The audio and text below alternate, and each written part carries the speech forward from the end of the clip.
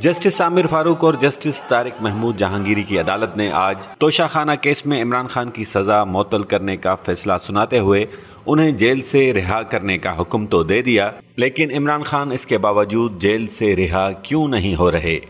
کیا عمران خان جیل میں ہی رہیں گے؟ کیا اسلام آباد ہائی کورٹ کے فیصلے کے باوجود انہیں رہائی نہیں مل پائے گی؟ آئیے اصل صورتحال کا جائزہ لیتے ہیں۔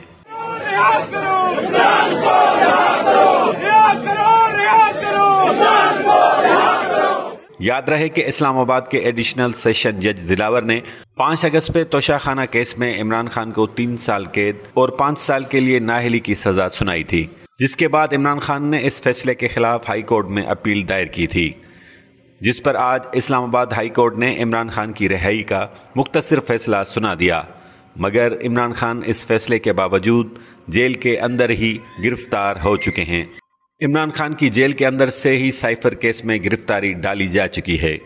کل انہیں عدالت میں پیش کیا جائے گا، کیونکہ نئی گرفتاری کی صورت میں ملزم کو 24 گھنٹوں کے اندر عدالت میں پیش کرنا لازمی ہے۔ اسپیشل کورٹ کے جج ابو حسنات نے FIA کو 1 روزہ ریمانڈ کی منظوری دیتے ہوئے عمران خان کو اٹک جیل میں رکھنے کا حکم دیا ہے، جبکہ انہیں سائفر کیس میں عدالت کے سامنے پیش کرنے کا آرڈر جاری کیا ہے۔